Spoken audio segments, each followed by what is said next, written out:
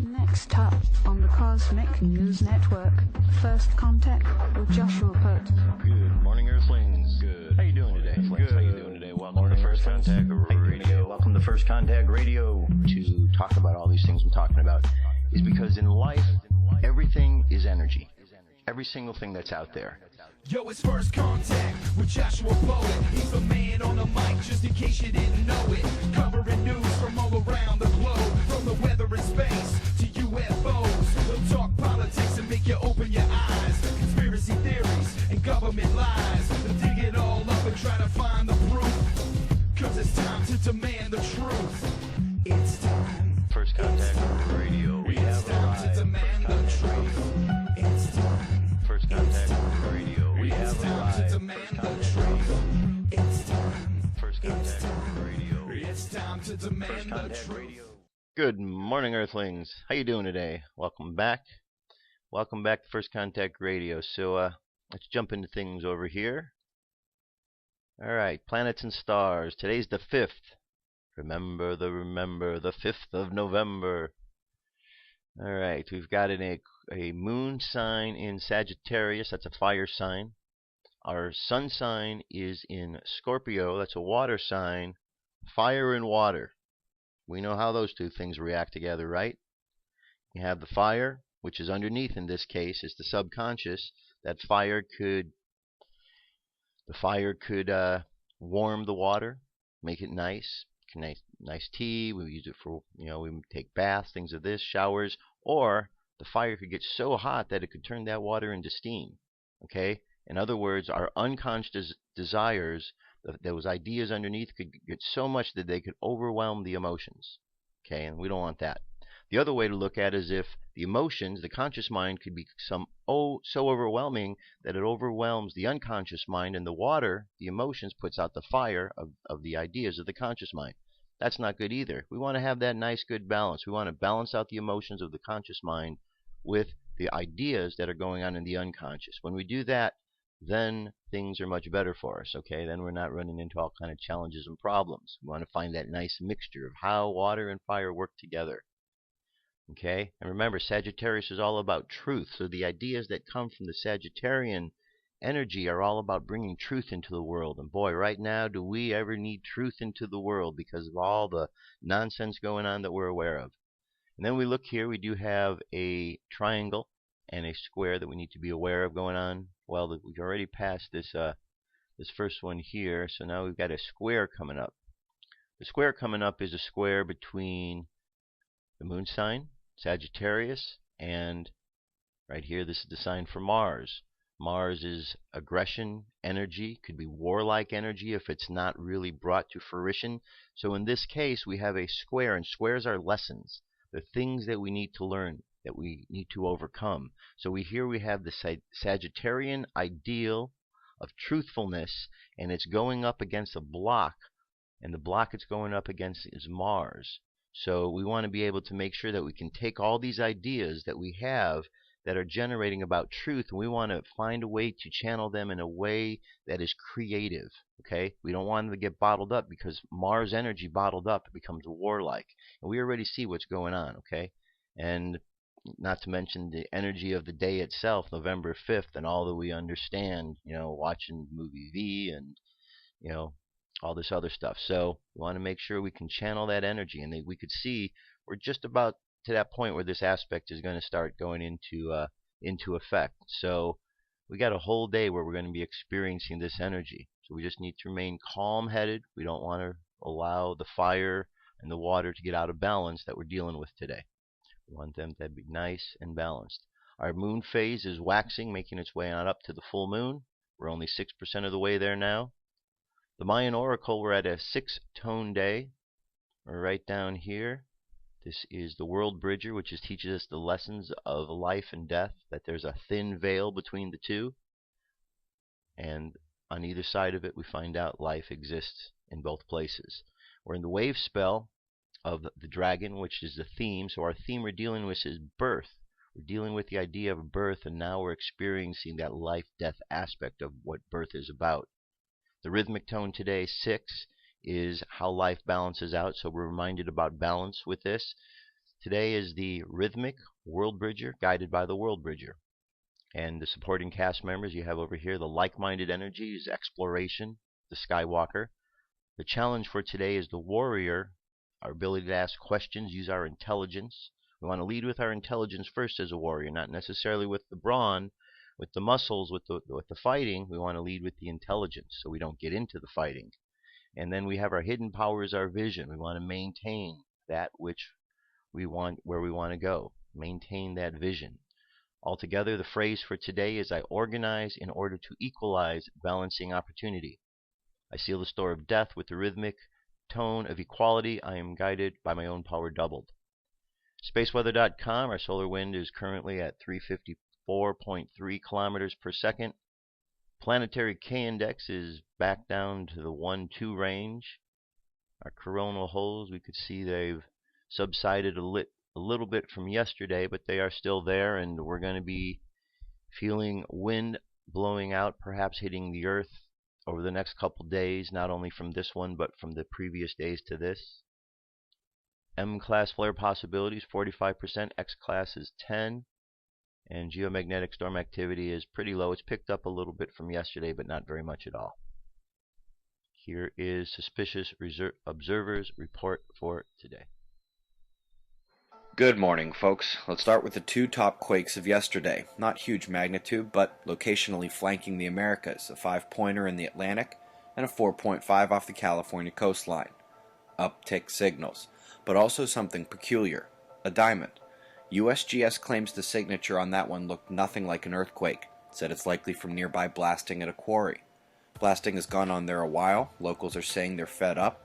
Yesterday may have tipped the scales. Items fell from the shelves. There was minor property damage, and they say this one felt more like an explosion. None of the companies working there admitted to causing the blast.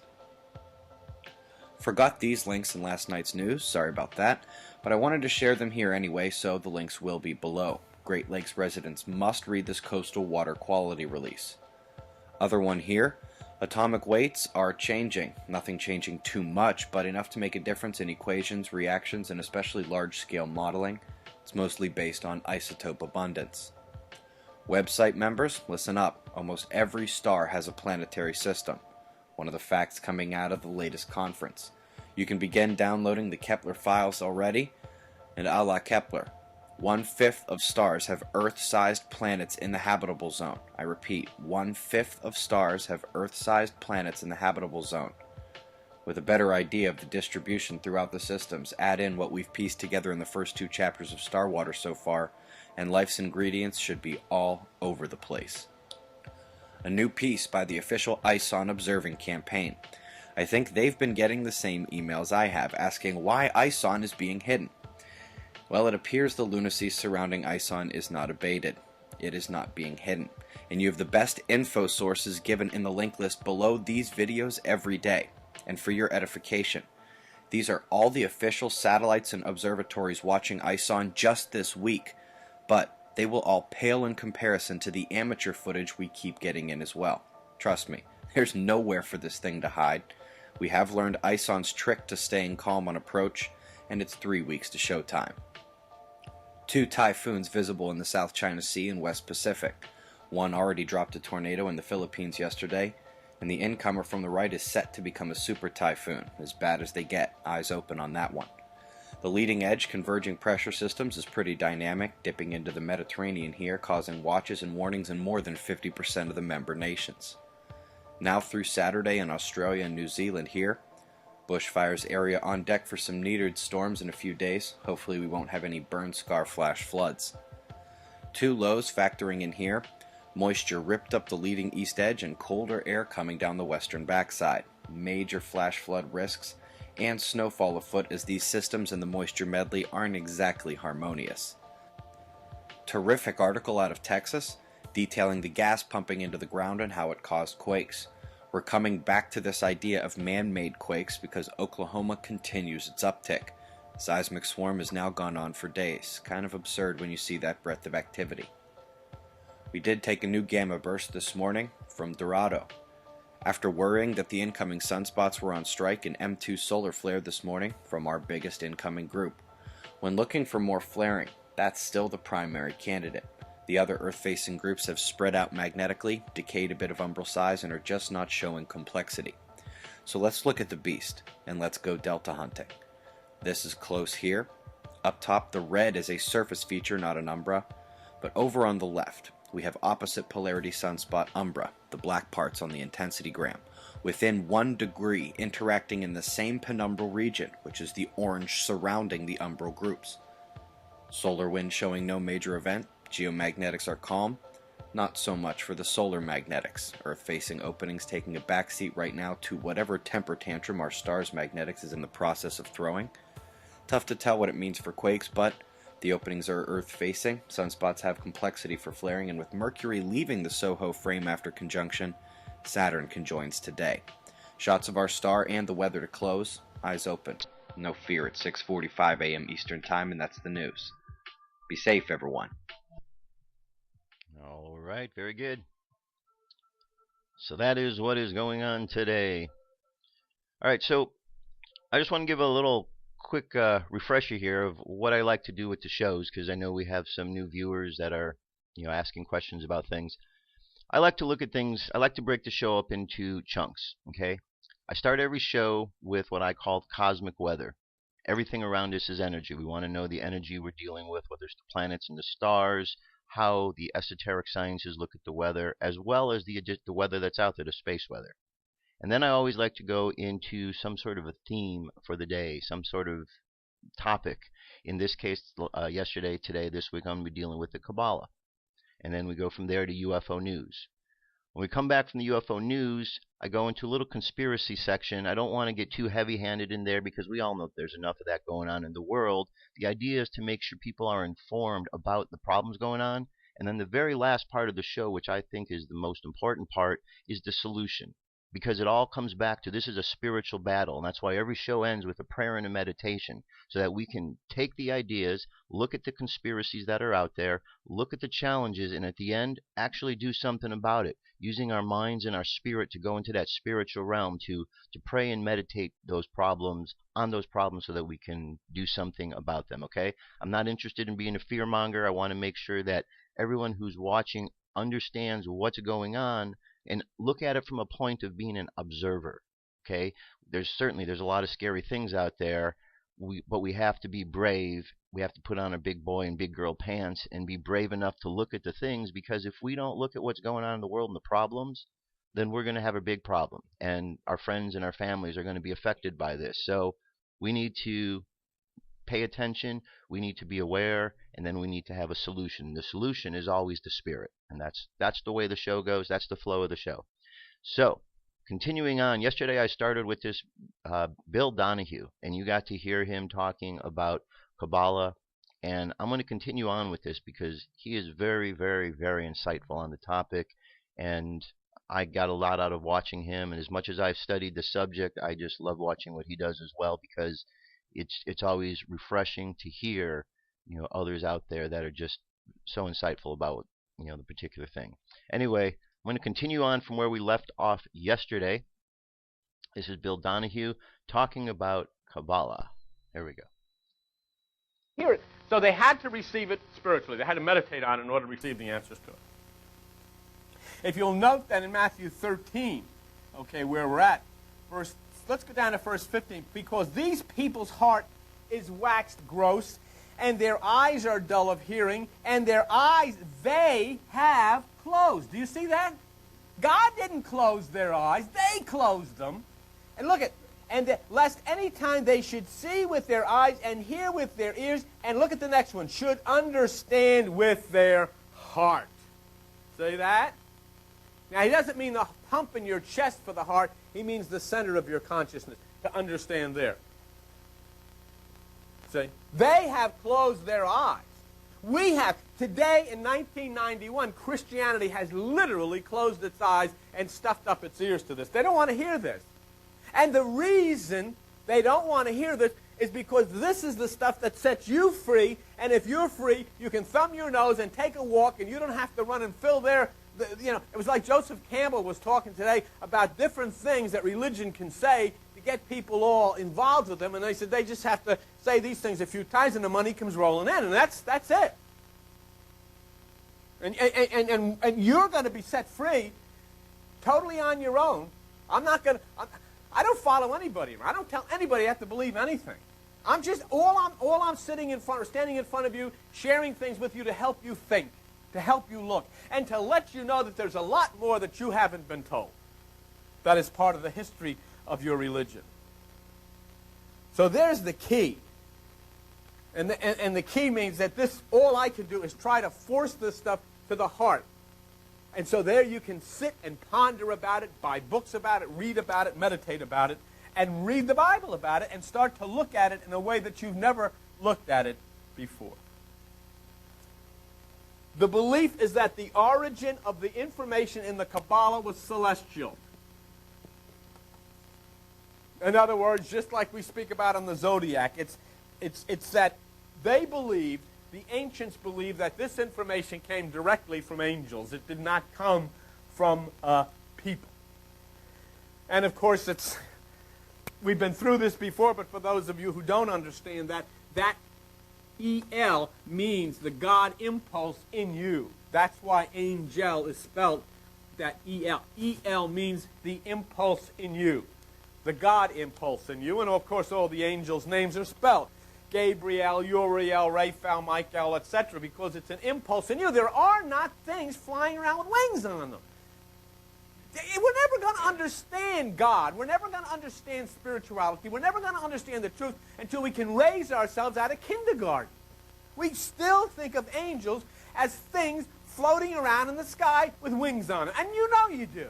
And that's not what an angel is. An angel is that little thing that speaks inside of your head when it gives you the right way to go and say, I know what I have to do, and you follow on it and it works, and say, why didn't I think of it before? An angel has spoken to you. It's an impulse within yourself. It's the E-L, the God inside of you.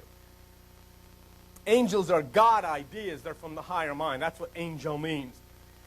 But see, we're not able, because we're such a materialistic society and we're such a plastic society, we're not able to relate these things to consciousness because religion has never told you had a consciousness. And so all that they can really, if they hear the word angel, they draw a picture for you of something with a white sheet on and wings floating around with a tin foil around their head, and that's it. Not what it is. It's inside of here, and it speaks to you from the right side. That's angel. It's believed that King Solomon and King David were both initiated into the Kabbala. And I'd like you to see these things for yourself, because they knew of the higher realms of divine power. They knew of the higher realms of consciousness. Let's take a look at it. Page 552 in your little Bibles, and Proverbs 15, okay? Proverbs chapter 15. And let's take a look at this. Now, I ask you, and I ask you watching on television, when you hear this proverb, think to yourself and think of what your life has been like in the past. And here, this is not saying that you have to die and go to heaven. Look what it says here. Proverbs 15, verse 24. Here it is. Now listen to it, and we tell you to raise your consciousness up to a higher level in meditation. The way of life is above to the wise, that he may depart from hell beneath. How clear does it have to be? How clear does it have to be?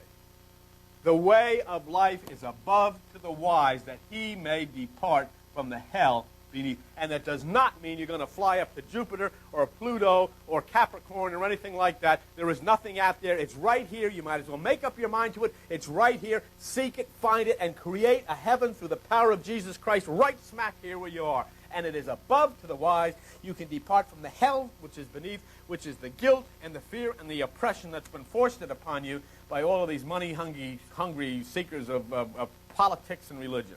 Let's take another look at this one by David. Page 467 in your little Bibles, and the rest of you the book of Psalms. And take a look at this one. In the book of Psalms, page, what did I say, 467, Psalm 11. Let's go to Psalm 11, and I'll show you this one from David, which is quite evident also. Psalm 11. Now here's a symbolic statement of your meditation and why it's necessary for you and how you must find your meditation, how you must find your place of safety. Psalm 11, verse 1. In the Lord put I my trust. How do you say to my soul, flee as a bird to your mountain? You know? You see, and people say, well, you know, God never said anything about flee as a bird to your mountain. Depart from the hell beneath. Rise up into the heaven above within yourself. Okay. There was a rabbi by the name of Eleazar who was probably the initial Kabbalist. And he gathered together his disciples. And after the Kabbala had manifested itself through word of mouth, through word of mouth, and through word of mouth, Rabbi Eleazar began to reduce the Kabbala to writing. And you might want to write this one down because somewhere in our studies you may come up with it again. Once the Kabbala is written in a book, it is called Zohar. Zohar. Z-O-H-A-R. And Zohar means splendor, brightness. That's what it means. Okay? In Isaiah 60, verses 1 and 3, it says, arise and shine and bring the kings to the brightness of your rising. And, of course, in Matthew 6:22, Jesus Christ said, if your eye be single, your body will fill with light. This is the brightness. This is the splendor. This is the understanding. You know, it's the same thing as if you're trapped in a forest all of your life and all of a sudden you see a light and you see a way out. It's like saying there's a light at the end of the tunnel. This is your escape from all of the bondages and all of the fear and all of the entrapment and trying to figure things out. I mean, for God Almighty's sakes, you've done nothing all of your life but spend your life reading the Bible. You're going to drop dead reading the doggone thing. What's the sense of it? What's the sense of reading anything if we don't do what it says? Well, if I say Jesus said, if your eye be single, your body will fill with light, well, you don't go to the next page, you drop that doggone book, close it up, and practice the single eye, or the whole thing's a wash. Would it be worthwhile to go to the Chinese restaurant and read the menu?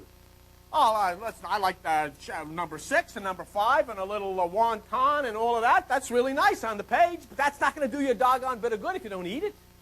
Going into restaurants and reading the menus isn't going to put anything in here. And going and reading the Bible is not going to put anything in here. You've got to do, and you've got to act it out, and you've got to work at it, and remember it's mystical, it's spiritual, and start to adapt these things that are directed by the psalmists and the prophets and Jesus Christ. Put it into practice. Do it. You know, did you ever think of that?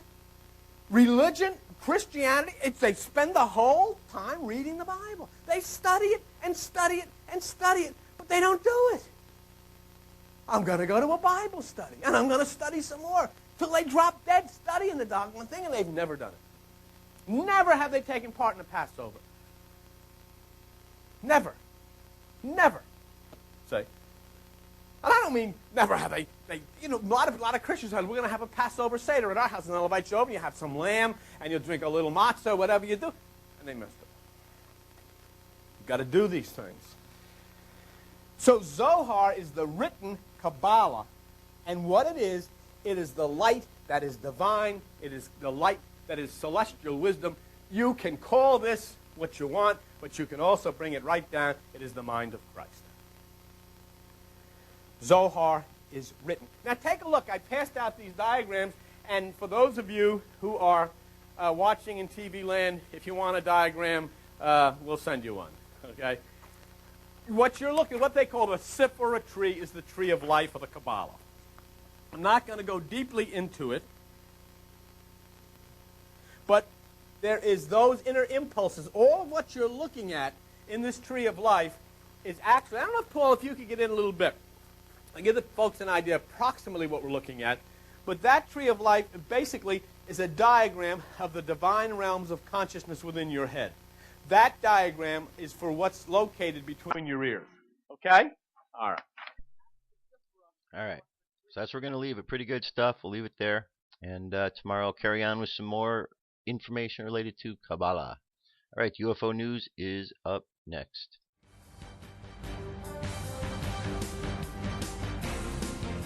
This is the UFO News with Joshua Poet.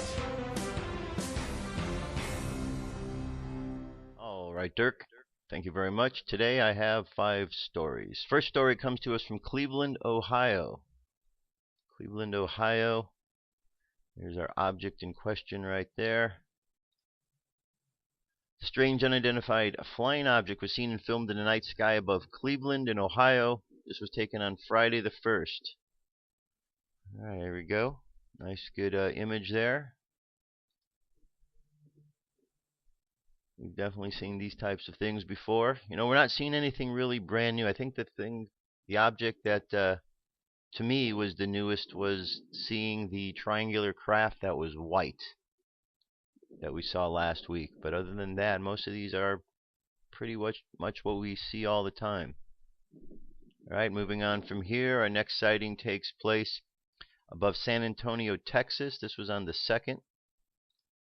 Witness said, I was skywatching using a Sony with a 950mm IR filter. As you can see in the video, a glowing UFO was observed traveling overhead. When zooming in, you clearly see the orb. It was traveling at a high altitude, emitting some kind of energy shot reflecting off the sun's rays. I didn't hear any noise coming from this unknown object. In my opinion, this was clearly not a weather balloon. Alright.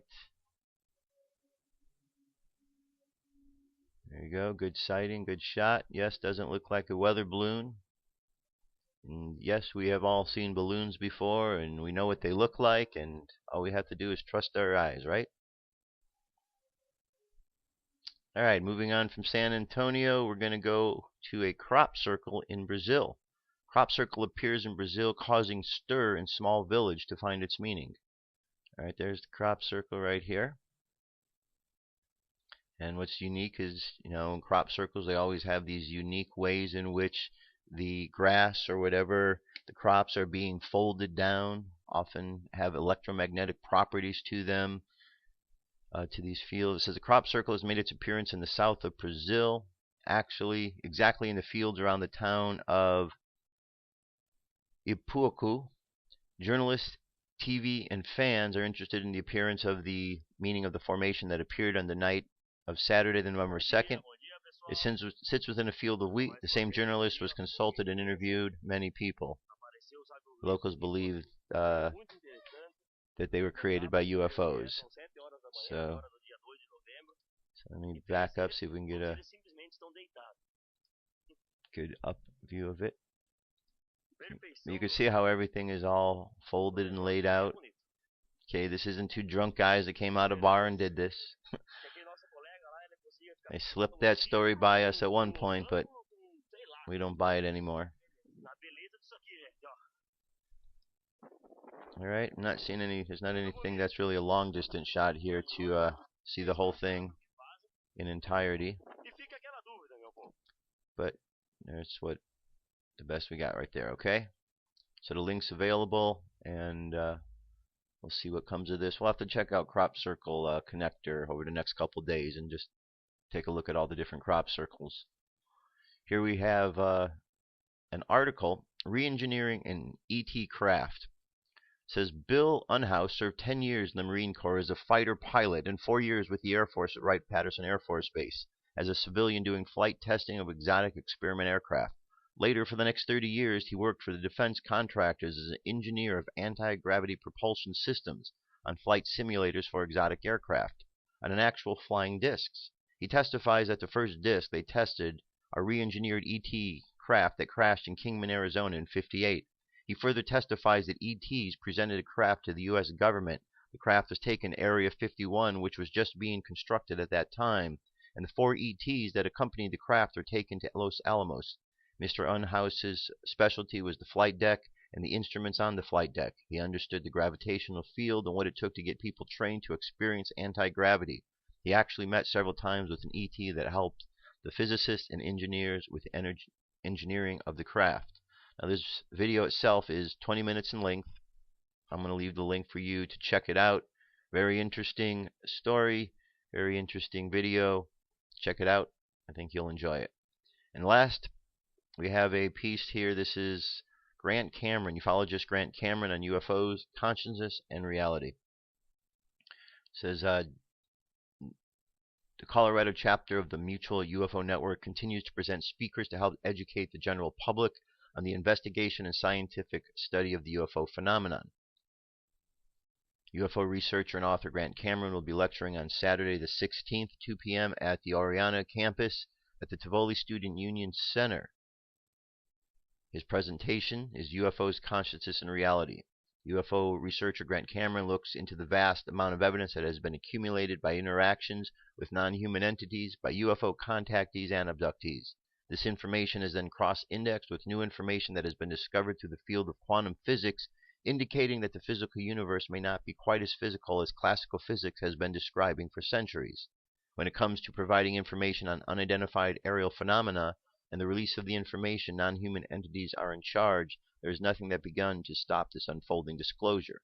Grant's lectures will show that we are a lot closer to understanding the UFO mystery and has been previously believed.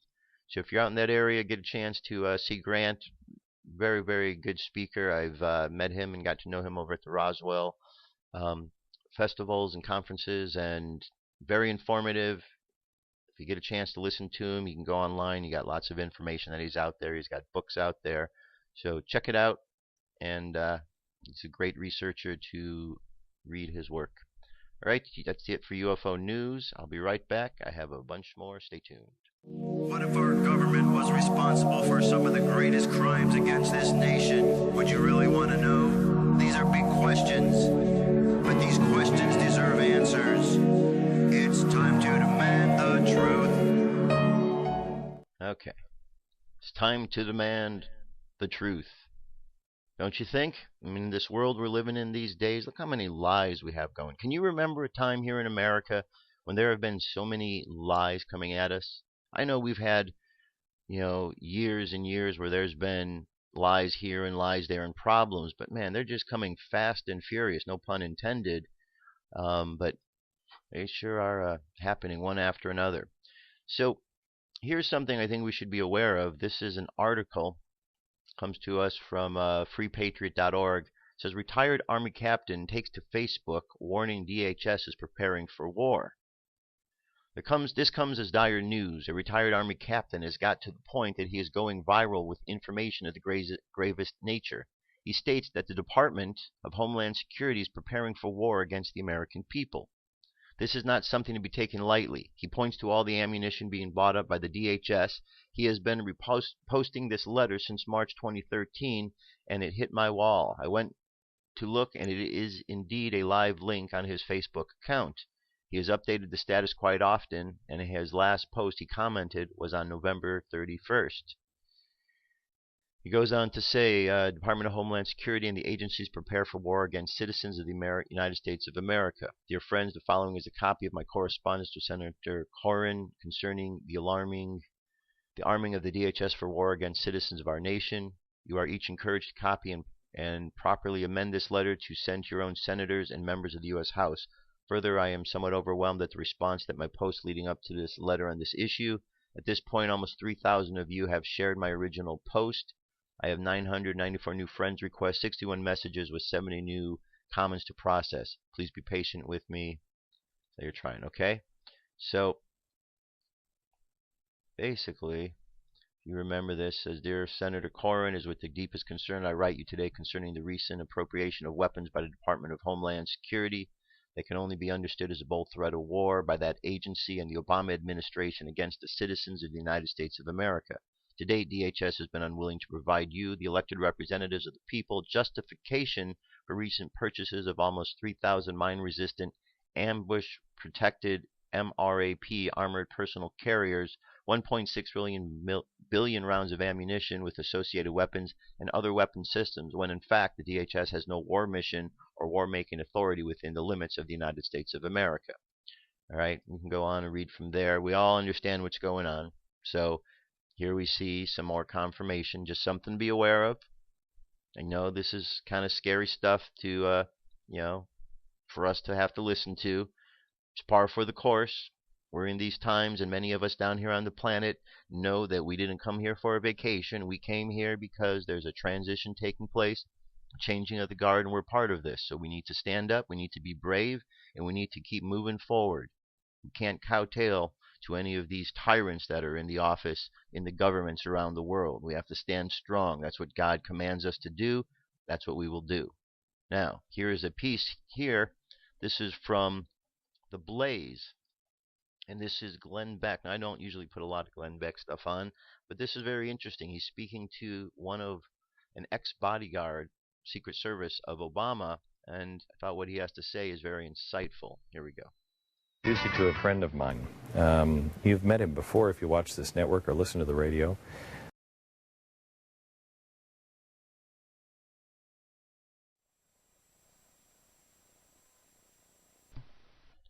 For some strange reason, all the power went out over here, so power is back on now, and this is the second time this happened today, so kind of weird. Anyway, let me get back over to this piece here. Maybe someone didn't like that this is about to be played. Here we go. This is Glenn Beck, and he's talking with one of Obama's security agents, ex-security agents. Here we go. You've met him before if you watch this network or listen to the radio. He's running for Congress in Maryland, but I met him when he was still working as a Secret Service agent and protecting this president, and he is full of honor. And he protected the last president as well, Dan Bongino, running for Congress in Maryland. And not because you want to, but because of the things that you've seen and the things that you know. Tell me what you think is happening with the government is being used as a weapon to destroy people right now. Yeah, we're at a very dangerous point, Glenn, and thank you for having me. It's always an honor. It's been a while, so it's great to see you, and congrats on everything with the Blaze. It's just taken off. Please, thank you. Yeah, we're in a lot of trouble. The president sees government, and I think it's because of his lack of experience and maybe community organizing in the past is like this shiny new toy, which for all the disagreements I had with Clinton, Carter, and Bush, there were always limits. There was that line you just didn't cross. We cross it seemingly every day, Every day. We're lost in the scandals. The Jamie Dimon shakedown at Chase, the HHS scandal, Kathleen Sebelius shaking down the healthcare industry for money, the IRS. It's to the point, Glenn, where these scandals in and of themselves would be huge, back-breaking scandals, are just lost in the scandal fog in this administration. It's worse than people know. I'm not trying to scare you either. Tell me about the NSA. But with knowing you are Secret Service. Yeah. So knowing what you know, tell me what we should be concerned about. You give the government information, it will be abused. It is not a matter of if it'll be abused. Keep in mind, it's only a matter of when. And keep in mind, as you well know, the libertarian streak is strong here. When the line between the personal self and the public self, which you choose when you hit your garage door open in the morning, you act differently in public than everybody does. When that line is determined by the government that keeps your information in a trove for release anytime they need it, how are you free? The president is telling us that that is not being stored, that stuff is not being stored. Right. They also told us that it wasn't being used for personal use till we found out employees, some of them at the NSA, were spying on their girlfriends and boyfriends. You know, it's not a knock. I live in a neighborhood that houses a lot of NSA employees. They're very good people, Glenn, but the bottom line is, having worked inside the government, it will be abused. It is only a matter of time. So what should we be doing? Because we ring the bell, we talk about it, we look at it, but it's not going, it's just not, doesn't seem like it's going anywhere, Dan. No, it's not. And the reason is, as I said, that with the Obama administration, that they're experts in losing you in the fog of scandal. This NSA thing is a back-breaking story. It really is. It gets at the very roots, I'm looking at your roots there in the grass, the roots of what liberty means. That flag means something. It's undermining the very principles by which made this country great. How do we do it? Well, action matters. So make the case, Dan, because this is what people will say. I have nothing to hide. We all have something to hide, Glenn. I know you're a believer. I'm a Christian. Jesus Christ, as far as I know, was the only perfect human being to ever plant his feet on this earth. We are all doing something wrong. The catch is not if we're doing something wrong, is it are your private wrongs impacting on my civil liberties? If not, the government has no business in your life. We're all doing, it's a red herring. If you're not doing something wrong, the question is only when your private wrongs that had no effect on anyone else become exposed for the government's benefit. Or even if you are living a relatively perfect life, if they have all, first of all, you can't keep up with the regulation. The healthcare regulation, we quoted something on the air literally today on page 35,560. Yeah. How do you keep up with that? Everybody's breaking the law someplace. Right. You know, the regulations are incredible now. But if you have all of that information, you know, as a Secret Service agent, you know you couldn't just take one piece of information and say, get him. You had to look at everything, and you could assemble things, could you not? Yeah. Could you not assemble of course. things? Yeah, that's what we do. It's only a matter of time before someone slaps an email on your desk that you sent 15 years ago, threatening to punch out your neighbor for not pruning his trees, and says, look what we got against you. I need your information on whatever. Tony, your other neighbor. Like, what? I thought that was private. Remember, when the key's held by someone else, liberty means absolutely nothing. That personal and private self are being evaporated. Okay. You have you are not an establishment GOP guy. No, not at all. How is your race going to shape up? It's great. I know when people come after me on both sides, I know I'm doing the right thing. You know exactly Principles have to mean something. Yeah. So. Dan Bongino running for Congress in Maryland. If you are in Maryland or you're looking for a candidate to support, this man is truly an honorable man. And all right. So there you go. So that is the report. So that's from inside the agency itself, you know, from the what's going on there. All right. Today's the 5th of November, as we know. Here is an article, InfoWars, actually RT. It says protesters wearing Guy Fawkes masks to mark their support of the anonymous hacktivist movement are staging protests all around the world today, Tuesday. The self-styled Legion of Activists is opposing corporate and government corruption. The Global Action Network on November 5th coincides with Guy Fawkes Day, which is celebrated by Britain with fireworks to remind of the botched attempt to blow up the Parliament in 1605.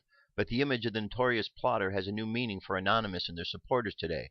The Guy Fawkes mask was adopted by the hacker activist from the V for Vendetta graphic novel and a film as a symbol of the anarchic fight against tyranny. Cities in Japan, Australia, New Zealand have already started their local events. Activists in Europe and US are expected to join soon. A total of 400 cities are holding some kind of protest on Tuesday. Facebook pages exist for rallies in Nigeria, Mexico, the Netherlands, Turkey, Italy, Greece, Ireland, Canada, Serbia, Belize, Switzerland, Poland, Brazil, and elsewhere. In London, thousands are expected to rally at Trafalgar Square, where supporters of Anonymous have congregated on past Guy Fawkes Day in huge numbers. All right, and you can see you got tweets now because masks are being outlawed. You got face painting, which is going on. People will not be stopped. People are resilient when they're going to stand up against the cause. All right, so now if we go from here and we go to this link that's in the story, here is where some updates on what's going on. And so you might want to check out this page throughout the course of the day. And you can see, look how many are going on around the world. A lot of people protesting, a lot of people standing up, which is good. Good. It says one person has been arrested in D.C. during a confrontation between protesters and police. So I'm sure we'll hear more about this. As we know, the police have been a little bit out of hand. A lot of bit out of hand. And we'll find out how this is going to go. But if this is already getting started now, just imagine where the day is going to go. All right? So lots of good information here. Check it out. Keep yourself on top of what's taking place. Now, a little while ago, there was a power outage right in the middle, right when I started to play that piece on Glenn Beck. This was the second time there was a power outage that occurred today. The first time, strangely enough, occurred as I got done pulling up this next article I'm going to show you. This is an article that says, as worries over the power grid rise, a drill will simulate a knockout blow. All right. It says the electric grid as the government and private experts describe it as the glass jaw of the American industry. If an adversary lands a knockout blow, they fear it could black out vast areas of the continent for weeks, interrupt supplies of food, gasoline, diesel fuel, and fresh food, shut down communications, and create disruptions of a scale that was only hinted at by Hurricane Sandy and the attacks of September 11th.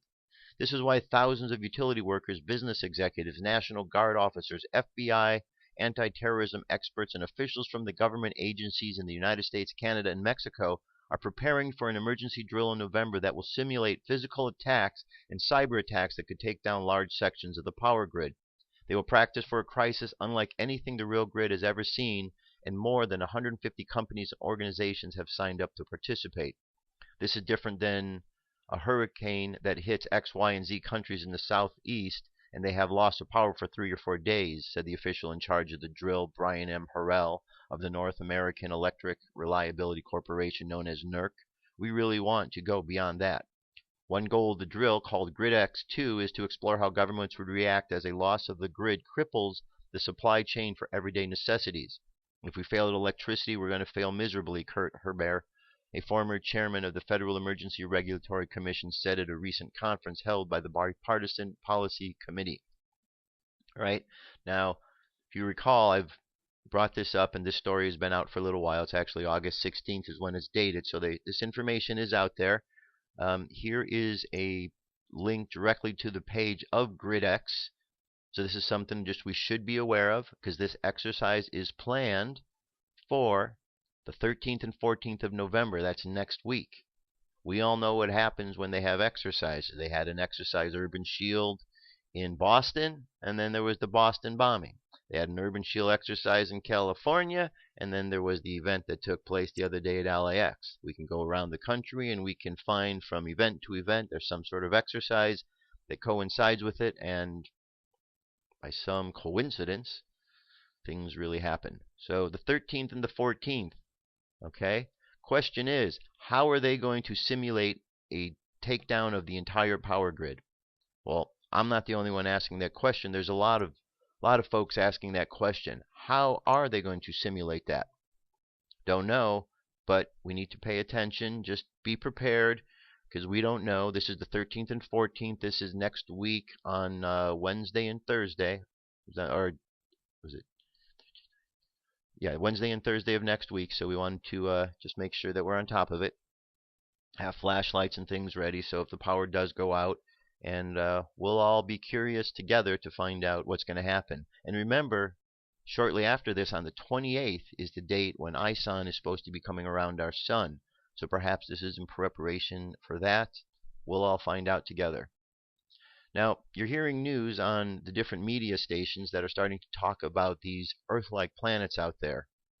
This is because, in my opinion, and the opinion of those out there in the community, that we are getting ready to be told about these other bodies that are getting really close to Earth, like maybe perhaps ISON. There are those, as you recall from yesterday, that ISON is not acting like a comet. There are experts who are saying it's acting like a solid body. There are other talk about Nibiru out there, these other rogue planets, and we're hearing these stories. So here's an article. It says scientists estimate that there are 8.8 billion planets just right life. Okay, and here we have the idea of the habitable zone, where, you know, it's like they call it the Goldilocks zone also. Too hot, too cold, just right. Okay, and that's right there in the middle. It said with an estimated 200 billion stars in our galaxy, the scientists have extrapolated that 40 billion of them are similar to our sun. With roughly 1/5 of those of Earth-side planets in the habitable zone, it means just in our Milky Way galaxy alone, that's 8.8 billion throws of the biological dice. Study of co-author Jeff Marcy from the University of California, Berkeley told AP. The figure of 8.8 billion Earth-sized planets, incidentally, is only a jumping-off point. The researchers were only looking at sun-like stars, which are the most common. An earlier study concluded that up to approximately 15% of the more frequently occurring red dwarf stars have Earth-sized planets within the Goldilocks zones. Red dwarfs range in mass from a low of 0.075 solar mass to about 50% of the sun. often incorrectly described as a yellow dwarf, and have a surface temperature of less than 4,000 Kelvin. All right, so more to the article. Again, I think this is all part of the disclosure that is going on, and they're slowly getting us ready, because if you recall the stories over this last year, there's been a lot of stories about planets that are out there, rogue type planets, and little by little there's another story that tells us that there's these rogue planets in the universe, and then there's the planet there behind Pluto, and then these rogue planets are dipping in our solar system and back out again, and they keep getting closer, and it's all building up, I believe, to eventually, inform people or prepare people for what they're going to see in the sky, another planet. It's a big solar system. It's bound to happen. A lot of people aren't aware of that because, as you know, most people don't look up and pay attention to what's going in the sky. Most people aren't even paying attention to what's going in life. So, things like this just kind of pass them by. Now, there was a volcanic eruption in Indonesia. Here is a picture, quite an amazing picture of volcanic ash that spewed from it. Look at that. That's pretty amazing. Says that Mount Sinterberg on the western Indonesian island of Sumatra is calm right now, but only after it erupted for the third time in 3 months. It gushed a 3 to 4 mile column of ash into the air, prompting authorities to impose a 2-mile evacuation radius. Look at that. And of course, ash goes everywhere, blanketed 4 villages around. The military had to come in and evacuate people. All right. You can see how it's affected people where they're having to wear the masks and everything to protect them. So let's think good thoughts for the people out there in Indonesia, because they're having a lot to deal with. We're all having a lot to deal with, but we just need to keep thinking of each other and helping each other. Part of the problems, I think, in the world is we've gotten to be very selfish as opposed to selfless. And you can see this on a daily basis when you talk to others, how many are so concerned about their particular life, and when you tell them about some of the issues that are taking place, they're so worried because their life and their personal things they're trying to do are going to be interrupted. Well, if these major things happen, everyone's life's going to be interrupted. So we have to stop thinking about only ourselves, and we have to think about others. Have compassion for those around the world who are going through the problems that they're going through, because this is happening to all of us. And we can all come together. We got our minds and our spirits to fix things, and that's what's going to make the difference. Our minds and our spirits, okay? This is a spiritual battle going on. I know that we see things that are physical, and we want to assign them to the physical world alone, but they're not, because you have the different realms. You got the fire, you got the water, the air, and the earth. Energy trickles down, okay? Earth is the product of the fire, the water, and the air. So if you want to change what's going on with the earth, you go up to the higher energies above that, the fire, the water, the air. You go to those places, the spiritual realms, because that's what affects the earth to make a difference. That's what we need to do, all of us. All of us. That's what all of the books that we read from whatever religions and philosophies and faith are all talking about, reaching out to that higher ideal. We don't always understand it, but it's that spiritual range we got to go, that spiritual area. This is a spiritual battle going on. Now here's an article for assistance with meditation. It's called Candle Gazing. It's called Tratanka, the amazing benefits of candle gazing. I don't know if you've ever done this. It's pretty fascinating, pretty cool. The practice of candle gazing has a number of amazing benefits, including opening your third eye, or it's called the pineal gland, improved eyesight, focus, concentration, and much more. This simple technique is an excellent introduction to the art of science of meditation. People of all ages and stress levels can immediately feel the benefit. Students can use this before studying to improve their concentration. So what is Trantak or candle gazing meditation? Its secret lies in that you gaze at an object that captures your attention. Perhaps you have had this experience of being totally absorbed or taken outside yourself, as it were, by a magnificent sunset or a full moon, stopped and held by the moment of something of exquisite beauty. And in that moment you enter the timeless, you catch a glimpse of eternity.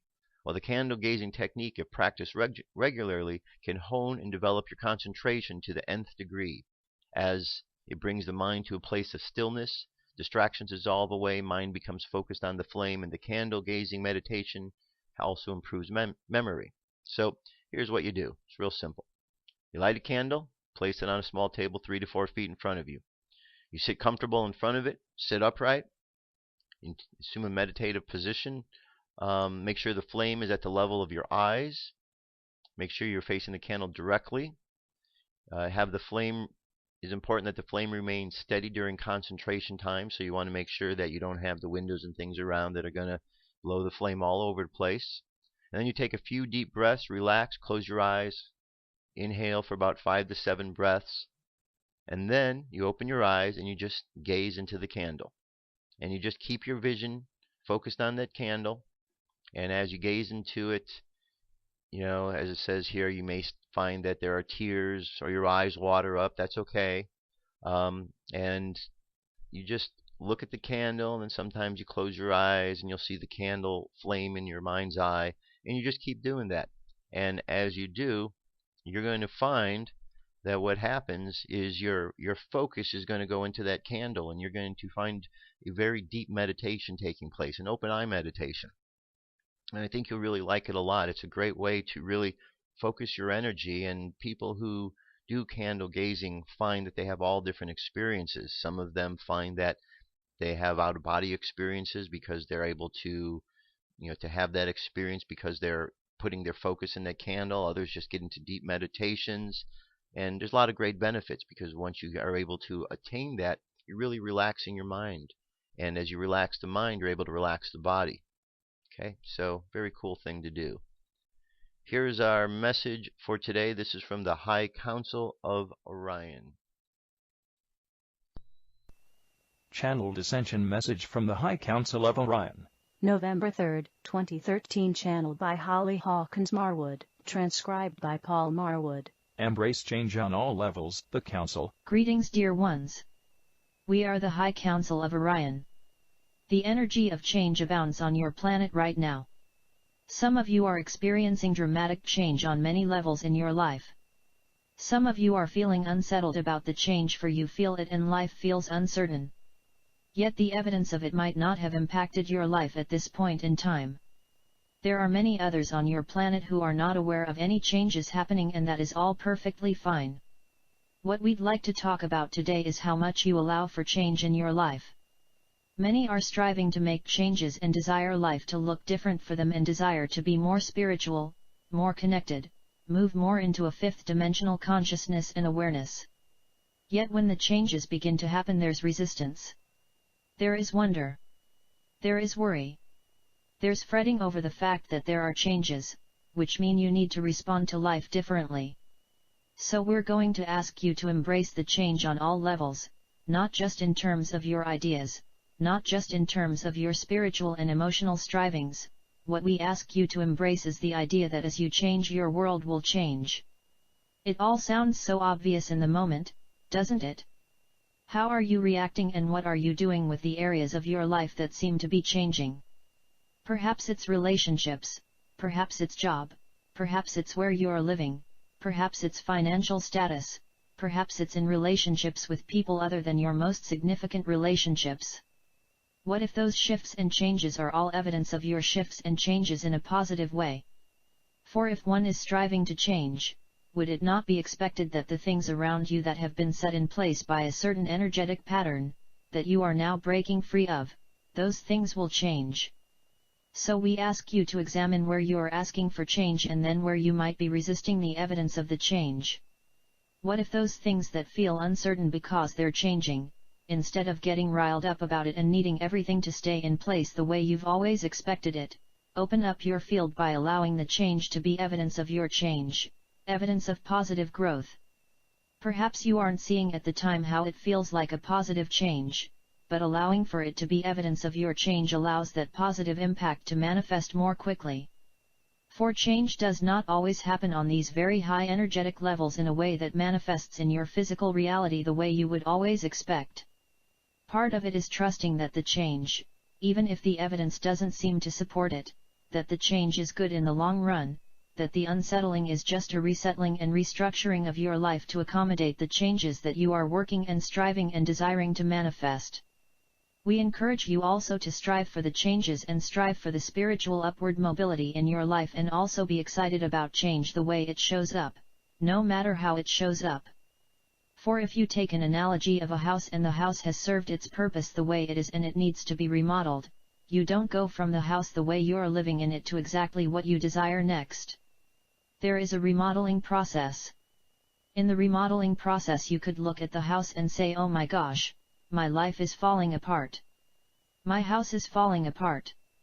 But what are you doing knowing that it's a remodeling? You're holding the space and the vision of what you know it is to come, because you know it's just a deconstruction and reconstruction process that allows you to live into the dream of the remodeled home that more accurately and effectively and excitedly reflects where you're at that moment in your life. So we ask you to hold steady in the vision and the knowingness of where you're going, even while, perhaps, there's some deconstruction and reconstruction happening in your life. Be blessed. We are the High Council of Orion.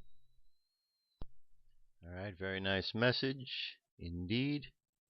Change is all around us. We just need to be strong to go through these changes. That's it. We just need to be strong, and we're going to make it through. It doesn't mean physical strength. Strong, courageous. Let others be inspired by your example. Do not be fearful. Look how this ties right into everything. Okay? Fear is a big problem that, affects everybody. Fear stops people from acting. And we hear a lot of people these days, a lot of celebrities who have these platforms, which are getting out saying things that don't make any sense, supporting some of the policies that are holding us back. Well, it's just fear, okay? It's just fear that they're going through. They're afraid of losing their jobs if they say the wrong things in Hollywood, because then they won't get hired again. People out there in the world and in the workplace are afraid of speaking up because they're afraid they're going to be jeopardized. That's because we're all thinking selfishly. If we think selflessly, we realize that everybody is going through these problems. Everybody's feeling the same fears. So let's just get past them. If you think about it, Congress, 535 people. You got the president, the administration. You got, if you lump all of those problem makers, it's not that many in comparison to the big picture. We're talking 1,000, 2,000, let's say maybe 1 million. Okay? There's 307 million people in America. That's 306 million versus 1 million bad guys. Okay? The numbers are far out of balance on the side of the good people. Just remember, in the words of Jim Morrison, who I believe is the greatest rock and roller of all time, they've got the guns, we've got the numbers. We're going to win. Yeah, we're taking over. Remember that. Remember that. Let's go into our meditation, my friends. Close your eyes. Take a deep breath. And exhale. Take another deep breath. And exhale again. I want you to go into your heart space.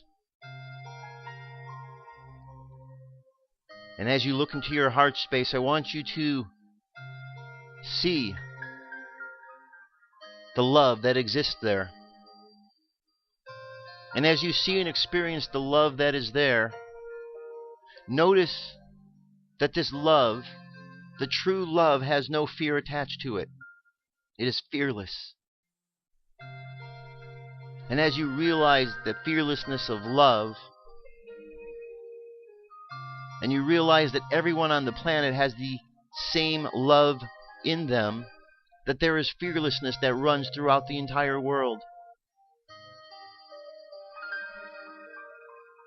And if we just simply allow this love to flow, the fearlessness of this love will be contagious. And around the world, things will change. As we allow this love and this fearlessness to shine bright, we realize the reasons that we are kept from experiencing this is because we've allowed others to get into our heads and cause us to doubt what we see with our own eyes or hear with our own ears.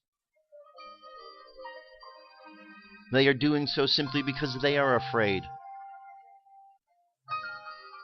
And so we just send love and continue to send love to all those fearful. Because love will go and wrap itself around that fear and change that fear into something positive. For nothing can stand against love, the greatest force that we have available to us. So I want you to imagine your heart chakra, that love, just expanding outward. Expanding out from your body 1 feet, 2 feet, 3 feet, enough so it fills the entire room you're in. And then to see that love going out into the city and expanding out there into the whole state where you live, and then the whole country, and then around the seas and around the world. And just imagine this love going through and washing over all the fears and all the doubts, and actually see the fears and the doubts as dark colored energy just dissipating, being dissolved into love. And imagine all of those who are out there continuing to sit in the fearful ways and not wanting to change their hearts. Imagine them simply disappearing. For love is the way of the day. Love is the way of the times that we're in. And anything other than love is not necessary. So let's just imagine this planet, a planet of love, so strong that fear and doubt cannot resist. Fear and doubt cannot stand. It can just leave. Imagine what the world is like if we all just stand on a pillar of love each and every day. Let's imagine sending the love down into the planet Earth, this living, breathing organism that supports us each and every day. And let's imagine sending this love into the cosmos, to the planets, to the stars, and to our space brothers and sisters that are out there. To let them know that through love we understand that the fear about their existence is simply that. Fear. Not necessary. False expectations appearing real. But in the light of love, that fear disappears.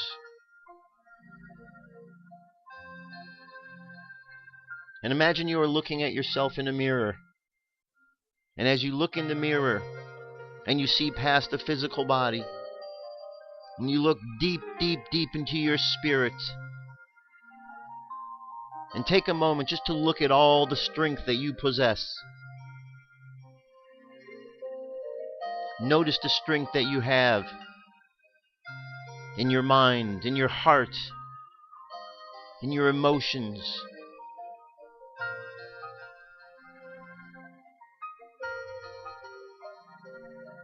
And as you realize the strength you have and the love you have, allow that to strengthen you even more. So as we go into the world today, let's just imagine that we're going to send out love wherever we go. So let our subconscious mind continue on that journey, spreading seeds of love with our thoughts. And let's bring our conscious mind back to the present moment on the count of 3. 3, coming back to the present moment filled with confidence. 2, coming back to the present moment filled with faith.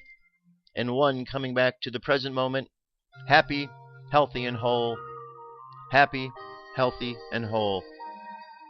Take another deep breath. Exhale. And open your eyes. That's it. That's the show for today, my friends. Go out into the world. Love yourself. Love others. Just send the love out into the world. We can change this. This is a spiritual battle. I don't care what the powers that be think that they want to do. They have no power over the spirit. They have no power over God. They are just being fearful themselves. So let us stand strong in strength. Let us stand strong in the Lord, in love, and let's go out there. And let's take this planet back, because that is our destiny. It's not the destiny of the bad guys. It's the destiny of the good guys. Remember the words, the wicked and the ungodly are to be removed. The wicked and the ungodly. Have a great day, my friends. I'll be back tomorrow. Love ya. Talk to you soon. Peace. I'm out of here.